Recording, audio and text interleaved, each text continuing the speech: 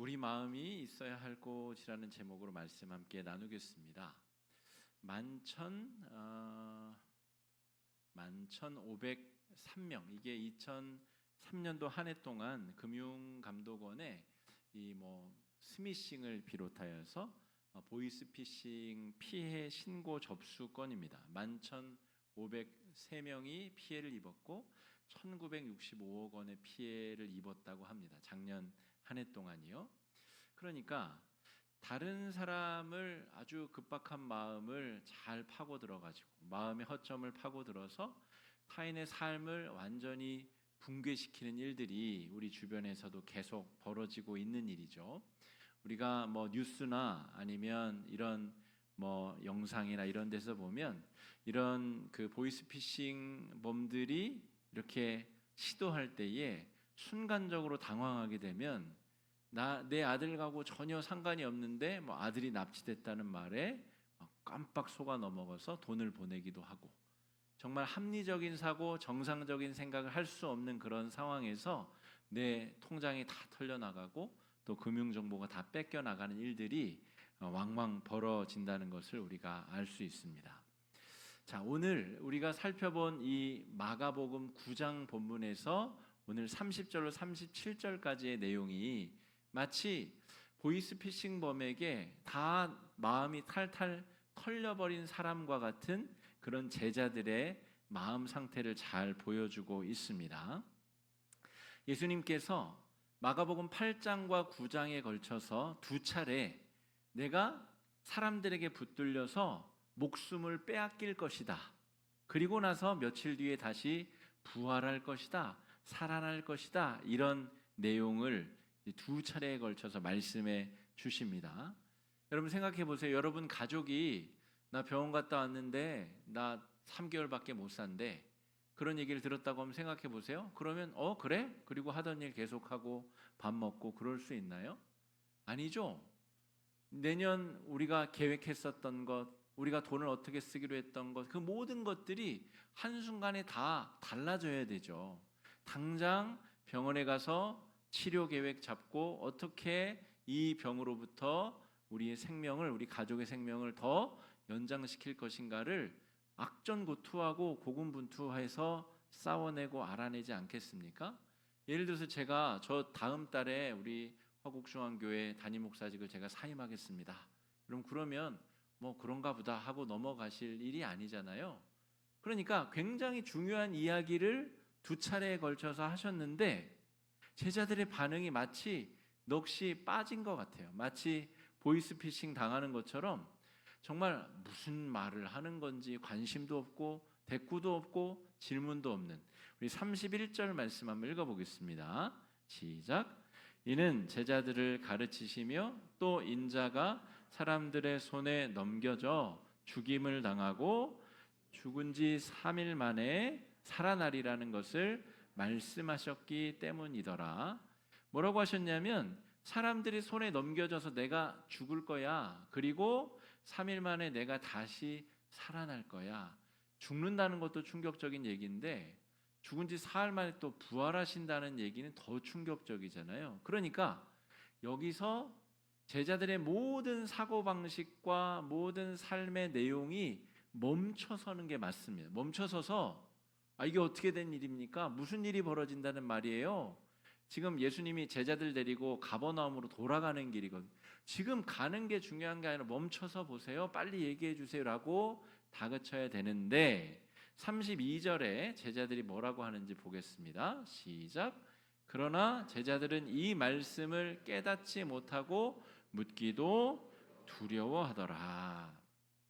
그러니까 마치 이 보이스피싱범에게 지금 혼이 나간 사람처럼 합리적인 사고방식을 하지 못하고 막 계좌번호 불러주고 카드 비밀번호 불러주고 경찰한테 신고하지 않으려고 막 그러고 있는 상태인 겁니다. 충격적 말씀을 이해하지도 못하고 해석할 능력도 지금 없는 상태이다. 물론 지금 8장에 등장하는 경고의 말씀에서 베드로가 예수님께 아주 큰 꾸지람을 듣습니다.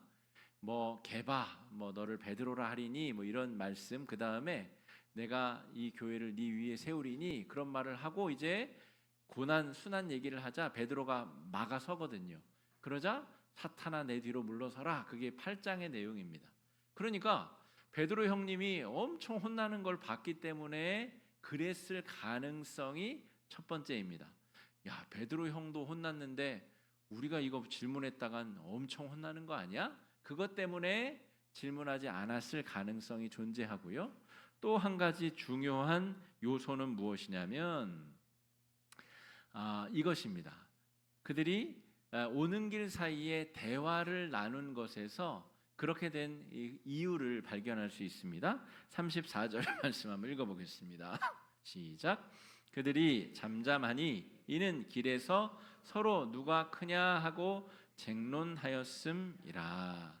그러니까 예수님이 나 이제 죽을 거야 라고 말씀하셨는데도 정신을 차리지 못했을 뿐더러 그 사람들이 지금 가버나움으로 이동하는 중에 나눈 이야기가 뭐냐면 야, 네가 크냐 내가 크냐 그거 가지고 다투고 싸웠다는 말입니다. 누가 더 큰 자인가의 문제를 다투느라고 예수님의 말씀이 지금 안 들리고 있는 상황이다라고 볼 수가 있겠습니다. 그렇다면 왜 제자들이 이런 논쟁에 휘말리게 되었는가라고 하면 이 두 개의 십자가 순환 경고 사이에 어떤 사건이 있냐면 변화산 사건이 있습니다.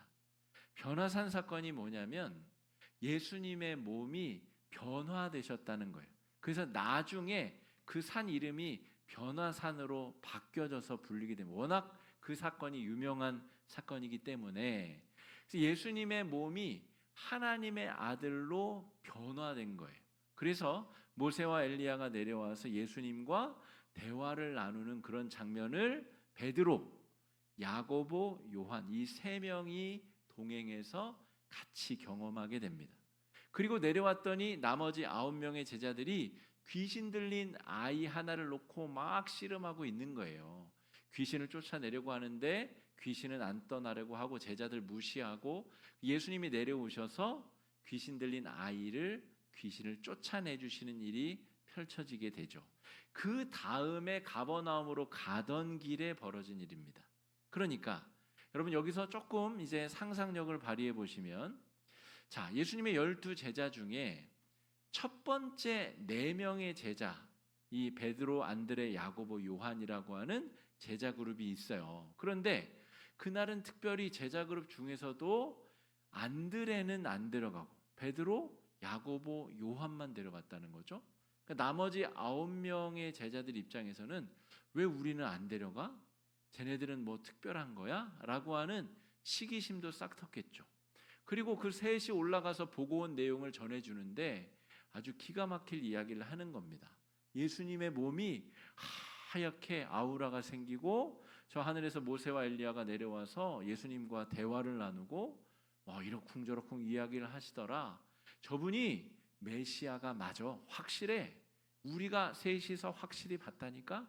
그런 이야기를 나누면서 자, 저분이 그러면 이제 예루살렘에 올라가서 왕이 되고 로마 제국 싹 몰아내고 로마의 황제가 될 것인데 그러면 우리 12는 어떻게 되지? 그런 이야기들을 나눈 겁니다. 나머지 이 9명보다는 변화산에 따라 올라간 3명은 야, 적어도 우리는 쟤들보다는 좀 낫겠지. 너네들은 못하니 우리보다 못하니까 안 데려가신 거야. 그런 이야기부터 시작해서 그러면 베드로는 국무총리 될 것이고 너는 국방장관하고 이렇게 너는 행정부 장관하고 이렇게 다 자기들끼리 벌어지지도 않을 일에 대한 농공행상을 지금 하느라고 예수님이 나 이제 죽는다 얘기하시는데도 귓등으로도 안 듣고 있는 그런 상황인 겁니다. 자, 여러분 예수님께서 이 변화산 위에서 말씀하시고자 했었던 내용이 뭘까? 저는 오늘 설교를 준비하면서 그 고민을 좀 해봤습니다. 이런 착각이 벌어질 줄 예수님이 모르셨을까? 아니겠죠. 그런데 2번 연속해서 십자가 죽음을 경고하시는 예수님 입장에서는 내가 죽었는데 이제 사흘 만에 부활할 거야. 물론 너희들이 안 믿어지겠지. 그러니까 내가 영화로운 몸으로 변화된 것을 한번 보여줄게. 저는 이 본문이 그렇게 해석이 되었습니다. 안 믿어질 이야기를 하시면서 그것이 믿어지도록 변화된 모습, 모세와 엘리야와 이야기를 나누는 그 장면을 몇몇 제자들에게만 보여주셨다는 거죠. 그래서 예수님의 죽음이 끝이 아니라 부활의 몸으로 영화로워지실 것임을 믿어라, 이런 의도로 변화산에 데려가셨는데, 제자들은 그 목적을 어떻게 했죠? 야, 이거 예수님 메시아가 맞고 이제 로마의 황제 자리에 올라가시면 야, 우리는 이제 어떤 영광을 얻게 될까? 그것 농공행성 따지면서 누가 더 높은 자인가? 이 토론을 하면서 예수님의 뒤를 따라갔다라고 하는 겁니다.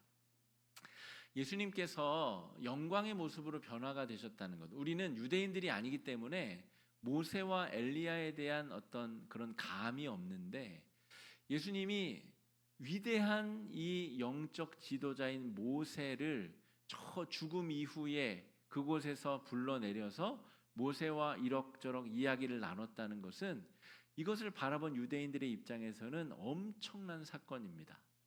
그러니까 하나님의 아들이 아니고는 존재할 수 없는, 벌어질 수 없는 일이 지금 그들의 눈앞에서 펼쳐졌다라고 하는 거죠. 그러니까 더 이상 자기들이 들어야 될 것은 안 듣고 봐야 될 것은 안 보고 엉뚱한 곳에 천착하며 집착하며 나아가게 되었다라고 하는 겁니다. 예수님이 옆에 있다면 나는 어디까지 올라갈 것인가?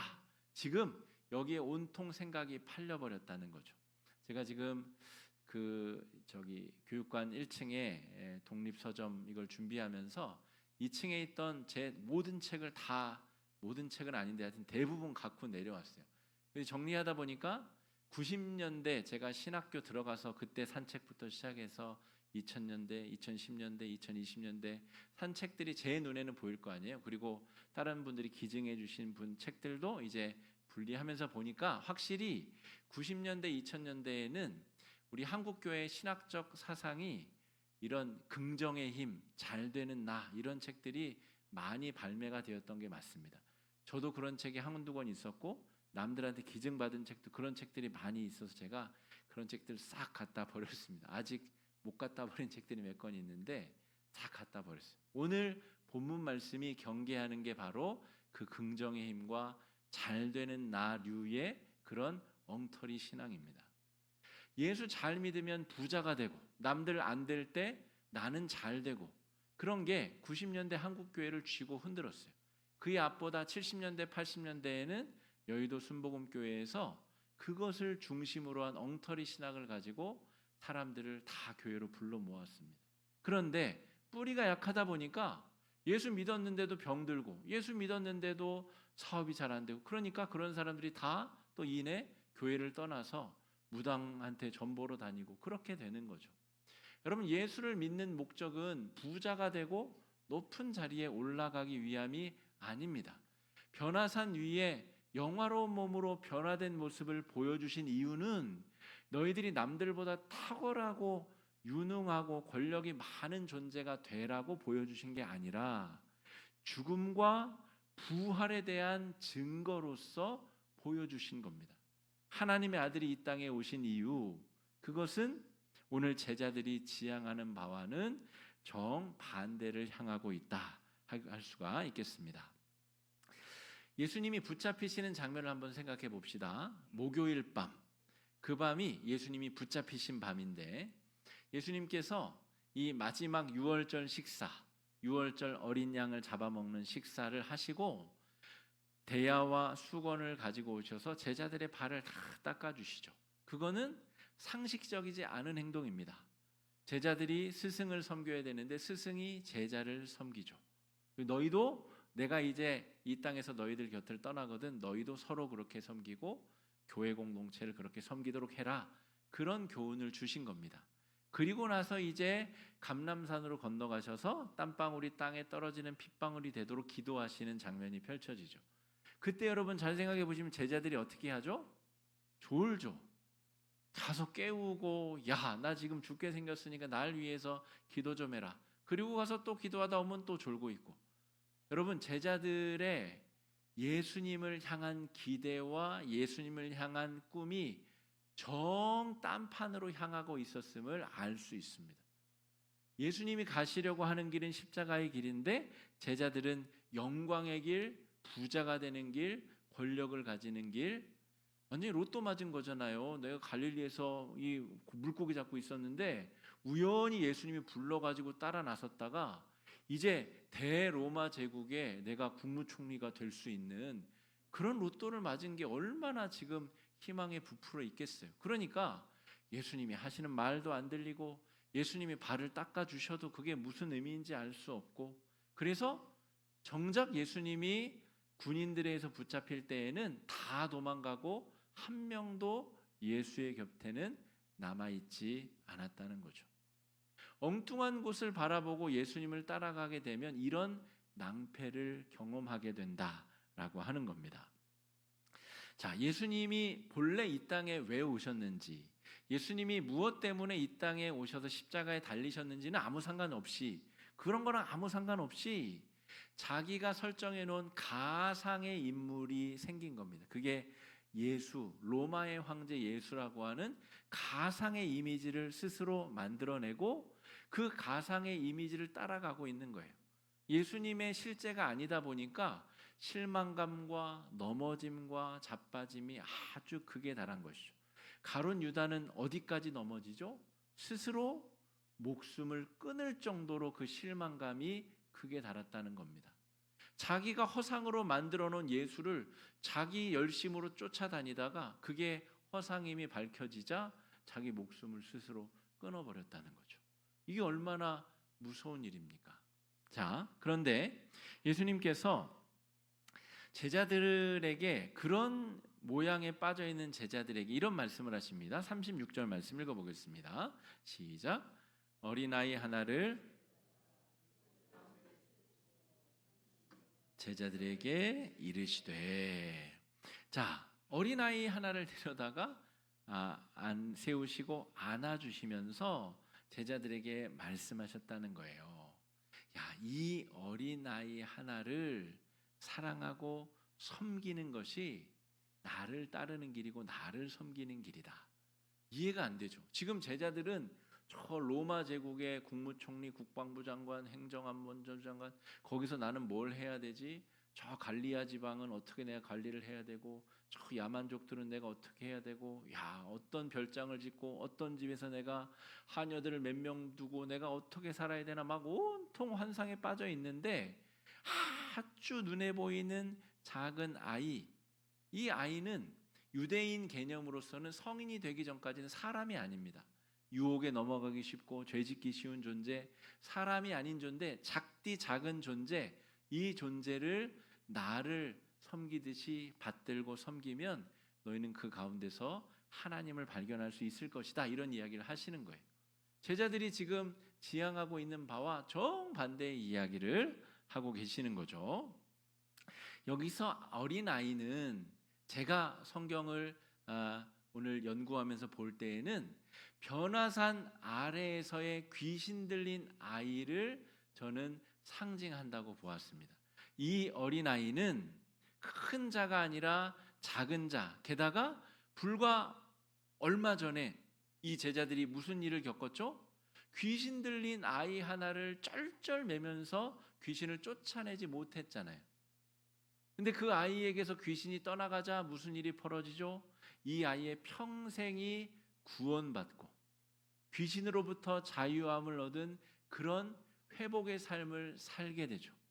너희들에게 그런 기쁨을 추구하는 마음이 바로 나를 따르는 마음이라는 거예요.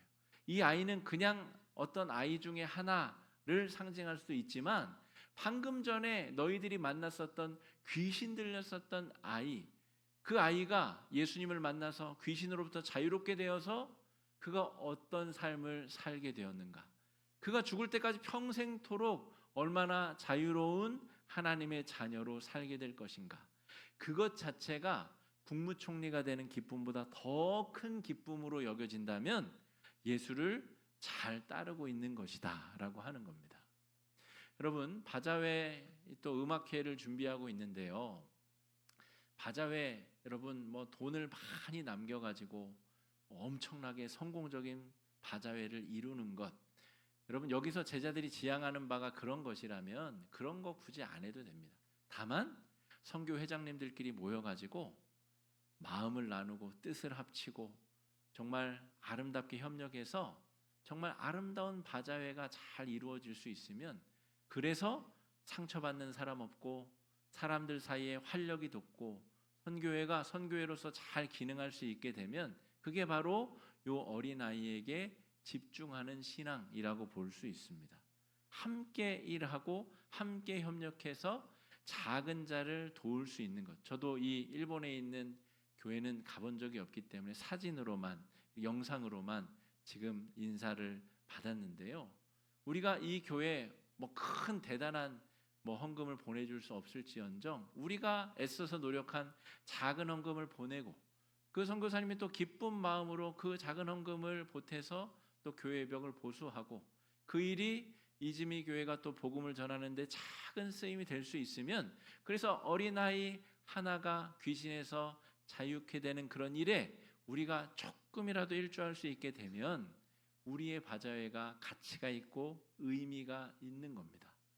뭐 KBS, MBC에서 와서 막 취재하고 막 그래서 우리 바자회가 크게 성공하고 그러면 크게 많은 일을 할 수 있고 그게 좋은 것이 아니라 정말 연약한 자에게 관심을 가지고 그런 마음으로 이 행사를 우리가 준비하고 있는가? 우리 신앙의 방향성이 오늘 예수님이 말씀해 주시는 이 어린아이를 지향하는 신앙을 향해서 가고 있는가를 잘 생각해 보아야 되는 그런 말씀입니다. 또한 11월 첫째 주 우리가 추수감사주의를 준비하고 있는데 이제 올 한 해 동안 우리가 어떤 열매를 맺어가고 있는가를 점검해 봐야 될 때가 됐습니다. 가을 바람이 솔솔 불면 이제 그걸 생각해 봐야 될 때가 된 거죠. 나는 무엇을 지향하며 지금껏 살아왔는가? 나는 무엇을 지향하며 앞으로 살아갈 것인가? 한번 쉼표를 찍고 점검해야 될 때에 오늘 이 말씀이 우리 손에 주어진 것입니다. 어린아이는 변화산 아래에 귀신 들린 아이를 대표합니다. 우리가 관심 가지고 돌보고 살펴야 될 사람, 예수를 따르기 위해서 발견해야 될 귀신 들린 아이가 우리 눈에 보여야 되고 우리의 손발을 바쁘게 놀려서 그 아이에게서 귀신을 쫓아내고 귀신을 쫓아낸 그 자리에 예수의 영을 그 속에 심고 예수를 함께 잘 믿을 수 있는 그런 복음의 은혜의 단계로 우리가 초청할 수 있어야 되는 것이죠. 37절 말씀 읽어보겠습니다. 누구든지 내 이름으로 누구든지 나를 영접하면 나를 영접함이 아니요 나를 보내신 이를 영접함이니라. 우리 교사들은 우리 교회 학교 아이들 한 명 한 명 맞아들일 때 예수님 맞아들이듯이 그렇게 만나고 교육하고, 카페에서 봉사하시는 우리 성도님들은 그런 마음으로 카페에 오시는 모든 분들 맞이할 수 있고, 또 우리 서로 목장 모임에서 만나는 우리 서로가, 우리 오늘 식당에서 식사하시면서 앞에 앉으시는 서로가 예수님을 대하듯이 관심을 가지고 사랑으로 서로 섬기고 교제할 수 있으면 그 안에서 우리가 하나님을 만나고 하나님을 따르는 은혜를 경험할 수 있게 될 줄로 믿습니다. 예수님 곁에서 십자가를 지킬 수 있는 사람은 누구이겠는가? 여러분, 금은보화가 주어져서가 아니라 죽음과 부활이라고 하는 그 은혜를 경험하기 위해서는 예수님의 말씀에 귀를 쫑긋 세우고 예수님이 하라고 하는 일에 관심을 가지고 예수님께서 지향하고자 하는 일에 우리의 마음이 있어야 됩니다. 사람이 마음이 있는 곳에 시간도 쓰고 돈도 쓰고 지갑도 열고 하는 것 아닙니까? 여러분이 많이 보는 것, 여러분 그게 여러분 마음이 있는 겁니다. 우리가 바라보고 지향하는 바가 예수님께서 오늘 말씀하신 이 어린아이에게 벌어진 일에 우리의 마음과 관심도 집중될 수 있기를 바랍니다. 우리 마음이 있어야 할 곳에 마음을 두고 믿음으로 승리하는 은혜의 한 주가 되시기를 주의 이름으로 축복합니다. 이 시간에 말씀 의지해서 함께 기도하실 때에 주님, 제가 예수님을 잘 믿는다고 하면서 헛된 것을 지향하고 헛된 것을 바라보며 나아가고 있진 않았습니까? 어린아이 한 명에게 집중하며 그 귀신 들린 아이에게서 귀신을 쫓아내는 것에 내 영적인 기쁨과 만족을 누리게 하여 주시고, 이 어그러지고 부조화한 세상 속에서 예수의 평화, 예수의 샬롬을 퍼뜨리고 전하는 거룩한 주의 종들 될 수 있게 해달라고 이 시간에 함께 기도하며 나아가겠습니다. 기도하겠습니다.